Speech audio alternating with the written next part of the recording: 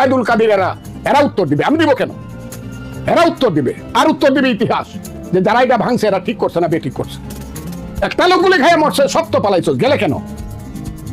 তবে ইতিহাস একদিন বিচার করবে যে বঙ্গবন্ধুর বাড়ি এই ধরনের করা ঠিক হয়েছে কিনা, কারা করছে এটা কিন্তু খুঁজে বাইর করবো। কিন্তু আস্তে এই যে বৈষম্য বিরোধী ছাত্র আন্দোলন যারা শহীদ মিনারে দাঁড়ায় বলে 6 আগস্টের বিপ্লবের ভ্যানগার্ড, এরা আজকে বলুক তো দেখি, আজকে ডাক দিই যে আমি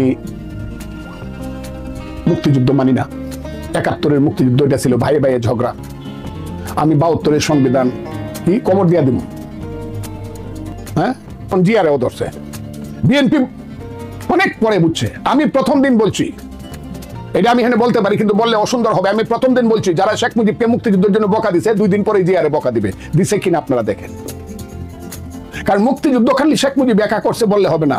শেখ মুজিব মুক্তিযুদ্ধে ছিলই না, শেখ মুজিব ছিল 26শে মার্চ থেকে। কেন? স্বাধীনতার সংগ্রামটা ছিল জমিটা আমার, কিন্তু অন্যরা দখল করে রাখছে।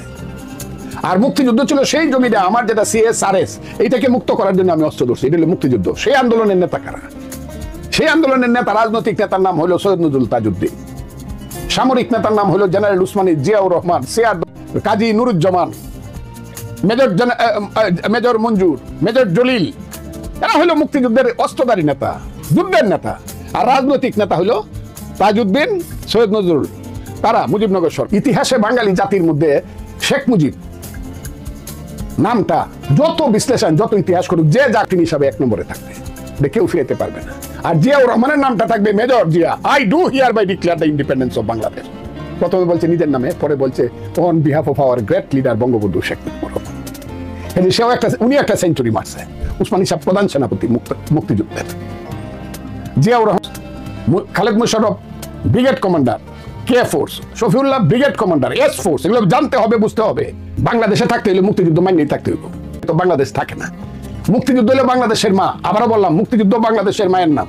বাংলাদেশের মায়ের নাম হলো মুক্তিযুদ্ধ। মুক্তিযুদ্ধের পেট ছিঁড়েই বাংলাদেশ বেরিয়েছে। একদিনে 15,000 লোক মারছে বুড়িগঙ্গাতে, পাক বাহিনী গুলি করে। 15,000 বুড়িগঙ্গার লাগাতে 25,000 লোক মারা গেছে শুধু কেরানীগঞ্জে একদিনে। কি কয় কি না, এগুলো কি কয়? কাজে মুক্তিযুদ্ধ কি যারা না দেখছে, রং রং করে যারা কথা কয়, আমি সবাইকে হাসা কই, কিন্তু মনে এত কষ্ট হয়, আল্লাহ আমারে কেন বাঁচায় রাখছো। তা না, মুক্তিযুদ্ধ নিয়ে প্রশ্ন, শেখ মুজিব নিয়ে প্রশ্ন থাকবে, নেতাদেরকে নিয়ে প্রশ্ন থাকবে, শাসন নিয়ে প্রশ্ন থাকবে, মুক্তিযুদ্ধ নিয়ে প্রশ্ন থাকবে কেন? 27শে মার্চ জিয়াউর রহমান সাহেব ঘোষণা দিয়েছে। ওই সময় ভারত আইলো করতে গিয়া, কত তাড়াতাড়ি ভারত এসে গেছিল। এগুলো তো ভারতটারে যেভাবে দেখানো হচ্ছে, এগুলো তো এক ধরনের অবিমৃষ্যকারিতা, একটা জাতির যে হীনমন্যতা। এই ভালো কথা বললো, আমি যদি যত ভালো কথাই বলি ফুলদুর ভাই তো ভারতের দালাল, হীনমন্যতা। জিয়াউর রহমান সাহেব কেন বলছেন? এই বইগুলা পড়ে তখনকার সময়ে আবুল কাসেম সন্দীপ সহ, ডাক্তার মুশফিক সহ যত মানুষ রেডিও সেন্টারে ছিল, কালুরঘাট বেতার কেন্দ্রে ছিল, তাদের সবার বইগুলা পড়েন। সবাই তো বই লেখা চলে গেছে। এই যে ভদ্র মহিলা ছিল কিছুদিন আগে মারা গেলেন, বললেই তো হবে। সবাই ভুল বলছে আর সত্য বলতেছে শুধু রাজাকার রায় নাকি? আবুল কাসেম সন্দীপ তো রেডিও সেন্টারের মূল ব্যক্তি ছিল, মেকানিক্স। উনি তো বলছে আরে আসেন তো দেখে, আরো আসিল, আমি নামগুলো এই মুহূর্তে স্মরণ করে আমি সব বলতে পারবো। জিয়াউর রহমানকে বলছে আপনি, আমরা তো মাইনর সবাই স্বাধীনতার কথা কইলাম, আপনি তো এখানে মেজর, আপনি বলেন। তখন জিয়াউর রহমান সাহেব প্রথমে নিজের নামে ঘোষণা করছে, তারপরে এরা বললো যে আপনি তো নিজের নামে ঘোষণা করলে এন্ডোর্সমেন্ট কার আছে? এটা শেখ মুজিবুর রহমানের আছে। জিয়াউর রহমান সাহেব তো জানে যে এটাই তো সত্য। আমি সব কথার মধ্যে আমি আপনাকে একটা কথা বলবো, এই যে ভার্সন, যেটা এই টোটাল ভার্সনটা হলো এন্টি বাংলাদেশ যারা, এন্টি মুক্তিযুদ্ধ যারা, এদের ভার্সন। এই বাঙালির মুক্তিযুদ্ধ হলো 1000 বছরের শ্রেষ্ঠ সম্পদ, বাঙালির 1000 বছরের শ্রেষ্ঠ গৌরব। এইটা যে কি বলবো, আমি আর বেশি বললাম না, যে স্বাধীনতা বিরোধী করে শেখ মুজিবুর রহমান। আরে তোদের 14 পুরুষের ক্ষমতা আছে নাকি? শেখ মুজিবুর দেশে আইসা আসলো 10ই জানুয়ারি, আর 17ই মার্চে সমস্ত আর্মি ভারতের বিদায় করে। তোদের 14 পুরুষের ক্ষমতা আছে। রাজাকারের বাচ্চাদের শেখ মুজিব ভারতের কাছে দেশ বিক্রি করে দিছে। ভারত করে দিতে, তাহলে ইন্দিরা গান্ধীকে কেন বলছে আপনি সৈন্য নিয়ে যান আমার দেশ থেকে, মাত্র 1.5 মাসের মধ্যে?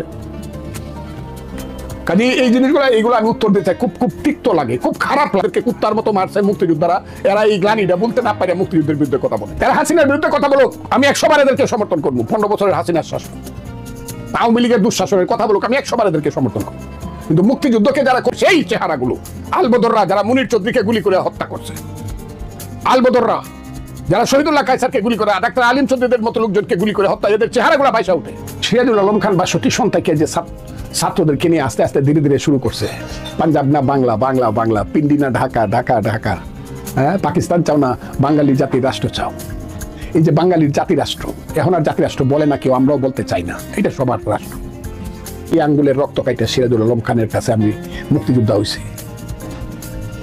এটা 71 সনে না, 69-70 সনে 8,000 মুক্তিযোদ্ধা ছিল BLF, বেঙ্গল লিবারেশন ফোর্স, পরে যেটার নাম হইল মুক্তিযুদ্ধ সব মুজিব বাহিনী বলা হয়। কাজে সিরাজুল আলম খান এটার 1 নম্বর উদ্যোক্তা। আমি শেখ ফজলুল হক মুনি, তুফাইল আহমদ রাজ্জাক সাহেব ছোট করতে চাই না, কিন্তু সিরাজুল আলম খান এইটার ফিলোসফার গাইড। অনেক গুণা স্লোগান, পতাকাটা কেমনে হইল, ইকবাল হল সেই হলে ডাক দিল, কিরে শিবনারায়ণ, কুমিল্লার শিবনারায়ণ দাস, পারবে না পতাকা বলে, লিডার আপনি গুরু, আপনি হুকুম দিলে আমি, দাদা আপনি হুকুম দিলে আমি পারবো। শিবনারায়ণ দাস সারা রাত্রে বাংলাদেশের পতাকা আসলো। এই লোকটা শেখ হাসিনার আমলে মারা গেল। এত অকৃতজ্ঞ এই মূর্খ আওয়ামী লীগাররা শিবনারায়ণ দাসের জন্য একটা শোক সভাও করে নাই, সিরাজুল আলম খানের জন্য শোক বার্তাও দেয় নাই।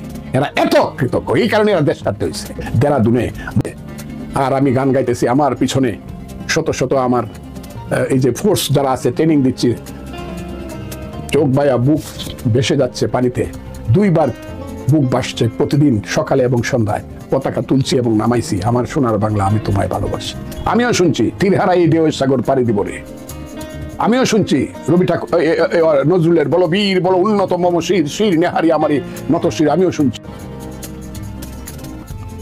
মুক্তিযুদ্ধের পথে মানুষকে ডাকছে, কিন্তু এরা হলো সদ্য বেশধারী মুনাফেক। তো ফ্যাসিস্টের চেয়ে মুনাফেক কি খুব ভালো কিনা? ইসলাম কি বলে যে মৌলানা সাহেবরা যে প্রত্যেকদিন মাঠে মাঠে হাজারে হাজারে লাখে লাখে বক্তৃতা করেন, তাদেরকে আমি জিজ্ঞাসা করি কে বেশি খারাপ, ফ্যাসিস্ট না মুনাফেক? না, এটা রাজাকাররা কয়। আমি এটাই বললাম, তারা কয়ে গেছে, এখন তাদের সন্তানেরা কয়। মুজিবনগর সরকার কি ঘোষণা ছিল? সাম্যত, একই তো। এটার সঙ্গে গণতন্ত্র, সমাজতন্ত্র, ধর্মের জাতীয়বাদের পার্থক্য কি? এটা তো আরো বিবেশনটা আরো সঠিক হইল। ওইটাই তো ইলাবোরেশন করে এটা হয়েছে।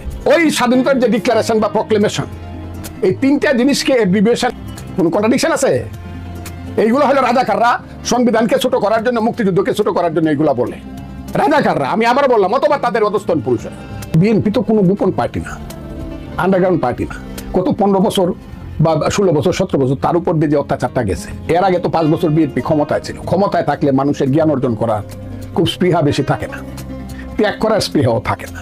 তাহলে 15 আর 16, 5 আর 16, 21 বছর যাবত তো বিএনপি জীবন এখানে দাঁড়ায় খুব যে গোপনে গোপনে জামাতের মতো সংগঠন করা, এই ট্রেনিংটা বা এই কি বলবো, এই ধরনের একটা চিন্তাও বিএনপির মাথার মধ্যে আসে না বা আসবেও না কোনোদিন। কারণ বিএনপি ওপেন পার্টি, দিবালুকের মতো স্পষ্ট। আমি আমার কথা বলবো জনসভার মধ্যে, আমি আমার কথা বলবো কর্মী সভার মধ্যে, আমি আমার কথা বলবো মিছিলের মধ্যে। এই লো বিএনপি। আমি কেন দেখবো? আমি তো বিএনপির লোক।